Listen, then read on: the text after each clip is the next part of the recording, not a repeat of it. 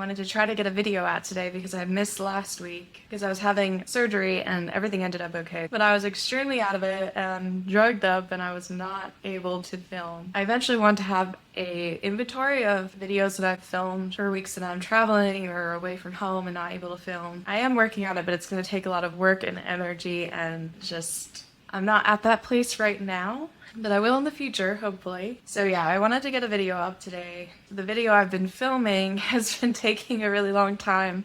I'm doing a pantry challenge, thanks to one of you who gave me the idea, and I originally was going to do it for a week and then post the video, but now I think I'm going to do it till the end of the month and then post one video showing everything. But it's just a lot of footage and it's taking a little bit of time to film and it's definitely not ready to post yet, so I'll get that up eventually. For this video I thought I'd share some thoughts on turning 40, on the FIRE movement, on pursuing a very extreme goal like building up an emergency fund of $30,000 in 30 weeks. I also wanted to talk a little bit about trying to pursue financial goals when you have a chronic illness like I have. So yeah, if any of that sounds interesting, I'd love to have you join me.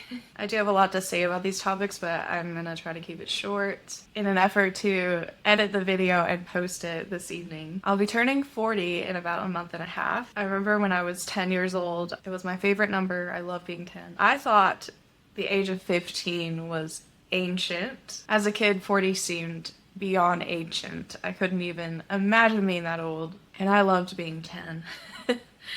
But at 25, I definitely felt old. And then again, 30, it felt so old. And I assume 40 is going to feel old as well. However, honestly, I think a lot of the thoughts like this are being influenced by the culture that we're in, where your 20s are set up as this ideal time. When really, back when I was 20, I didn't have much experience or knowledge of the world, and I wasn't really myself. And I think there are a lot of kind of toxic messages in our culture about aging, and because of that, I'm not paying too much attention to this idea of being old when you turn 40. In reality, I think turning 40 doesn't feel that much different from turning 30. I'm still the same person. I still feel young most days. I'm actually the happiest I've been in my entire life. I've gained so much knowledge and experience, and I genuinely would not trade that for anything, including being younger. So I guess that means that I wouldn't trade being 40. As weird as that sounds. I really do think that the cultures that value age and experience and wisdom and older people, they really have it right, because younger people need older people in order to gain some insight into life and knowledge of the path ahead. And I think there is a lot of value in youth and the energy that younger people have and the abilities they have. Of course, there's value at every age. But I think the world would be better if more older and younger people were to become friends and impart knowledge and experience. Speaking of the culture, I guess I wanted to talk a little bit about the FIRE movement. By the way, FIRE is an acronym. It stands for Financial Independence, Retire Early. The FIRE movement really was created as kind of a countercultural sort of option for people to pursue instead of the traditional go to school, get a job, work that job for 40 years, retire. Because recently, at least, the American dream really has become more of a mirage than anything else. It really is not tangible or achievable for most people. And I think a lot of people are starting to realize that. I didn't hear about the FIRE movement until my mid to late 30s. Honestly, I always thought retirement was for people who were in their 60s. I couldn't even comprehend a world where younger people were retiring. But I think a lot of the FIRE movement, honestly, is just people who are disillusioned with the options offered to them and want to carve out a new path. I think a lot of people are realizing nowadays that going to school means you're going to have a lot of debt right in the beginning of your financial journey. Next, when you find a job, if you find a job out of school, the reality is that you're likely going to be exploited by your employer because capitalism is by nature exploitative. So the option that's being offered to us is to work for 40 years under a potentially exploitative employer. And that whole time you're going to be doing things out of fear of losing your job or fear of discrimination as you grow older. And so many companies these days are not loyal to their employees and get rid of them once they're seen as not as useful, not as profitable for the company. Some people who get laid off in their 50s are able to keep saving, and they may have to even eat into their nest egg in order to sustain their life. So retirement really isn't a guarantee at the end of your career. I know this sounds like a very bleak picture that I'm painting here, but the point being that the FIRE movement really was a response to this sort of disillusionment of the American dream. It was people questioning the system and saying, why do we have to have the 9-to-5 job and spend our entire life doing something that we don't want to do for people who don't value us as people and look at us as disposable? Why do we need the trappings and the houses and cars and all the things that people seem to pursue mindlessly these days? What if we forego all of that and just skip right to the part where we get to live the lives we want to live on our terms? I think the majority of people did not have any sort of education about personal finances. And because of that, the default was to follow what everyone else was doing, or what your parents were doing, or what the American dream said that you should spend your money on and what you should prioritize. For me, again, I heard about the FIRE movement in my late 30s, and it blew my mind.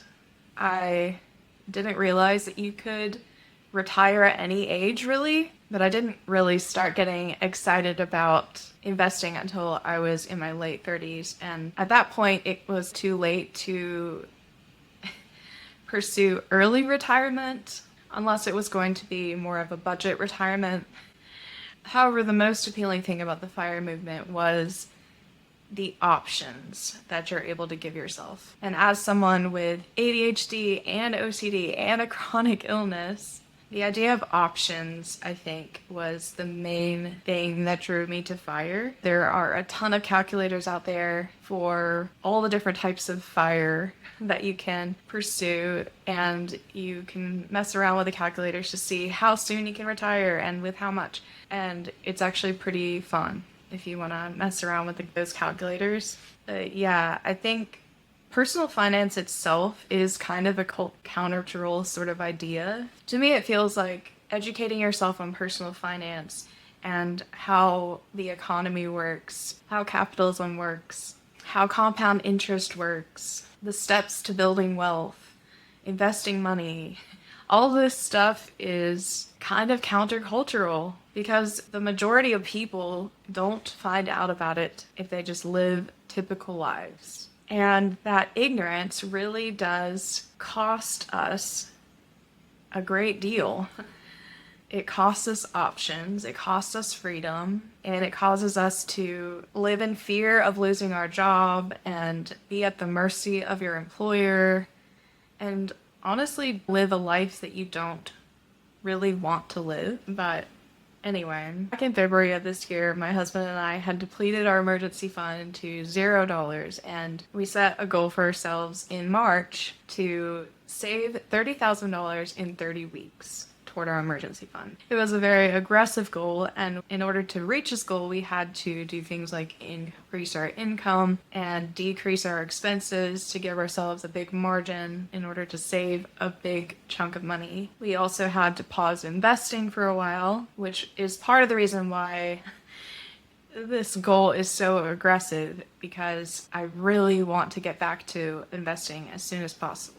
I'm thinking of posting a video at some point about why an emergency fund is important, but to me, it means options and flexibility and reduced anxiety. A couple years ago, I was very anxious about losing my job, and I didn't have an emergency fund to fall back on, and because of that, my anxiety was through the roof, and I don't want to go through that again. But yeah, this goal that we have right now that we're working on is very extreme, and there is a downside to very extreme goals. For one thing, it can take a toll on your health.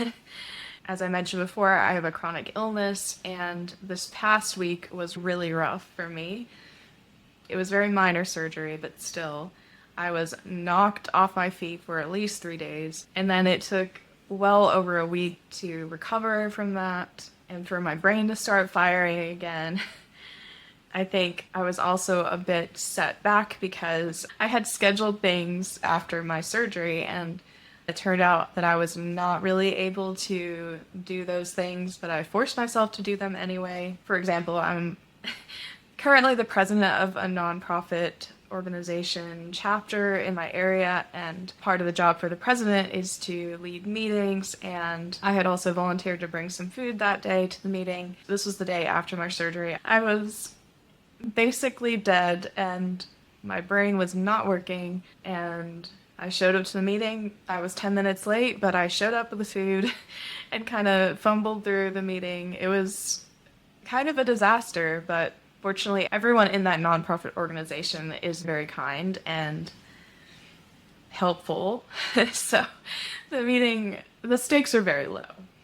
But all that to say that there are downsides to having very extreme goals, because we're human and we're not going to be able to achieve all the time. For me, ultimately, knocking out this emergency fund goal as soon as possible is definitely worth it, just because of my age and because I can almost taste that future that I am building, and I want to get to it as soon as possible. I'm very motivated, and I think because of that, it feels more fun, maybe, and it's definitely a mindset thing, I think. However, there are moments where I have to slow down, and my husband has to remind me that rest is productive. I have to be humble enough to accept help, which is very hard for me. I have to be kind to myself and say kind things to myself, which is also very challenging for me. And I have to accept rest when I need it. Because I have a chronic illness and other neurodivergent things going on, I think this personal finance journey is just going to look a lot different than it does for other people. And I have to remind myself of that a lot. Some days I do have a lot of energy and I'm excited about my goals and a lot of motivation to achieve things because I have medications that I can take that make me feel better, and then it's easy to forget, there is a limit here, and you need to protect yourself. I really do enjoy personal finance and learning things and rising to challenges, so the mindset part of it, while it is very positive a lot of the times, it does make me forget sometimes where my limits are, and that can be dangerous, so... Anyway, that's about it for this video. Thank you so much if you stayed to the end of this video. I really appreciate it. That video about the pantry challenge that I'm working on right now is coming out in a few weeks, so stay tuned for that. Feel free to give this video a like if you liked the video. I hope you have a great week, and I'll talk to you in the next one.